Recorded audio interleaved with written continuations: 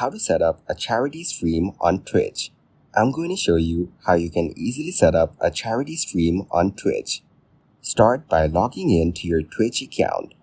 Once logged in, go to your creator dashboard by clicking on your profile icon in the top right corner and selecting Creator Dashboard from the drop-down menu. Next, click on Extensions from the left-hand menu and search for charity-related extensions, such as Tiltify or Streamlabs Charity, which are popular options for setting up charity streams.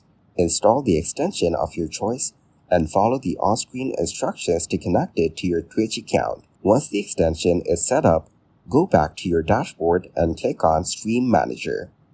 Here, you can set up your stream title, category, and tags.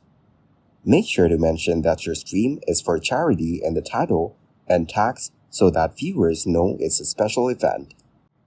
Now promote your charity stream on your social media channels and within your Twitch community to get the word out. Make sure to include information about the charity you're supporting, why you chose it, and what viewers can do to participate or donate during the stream.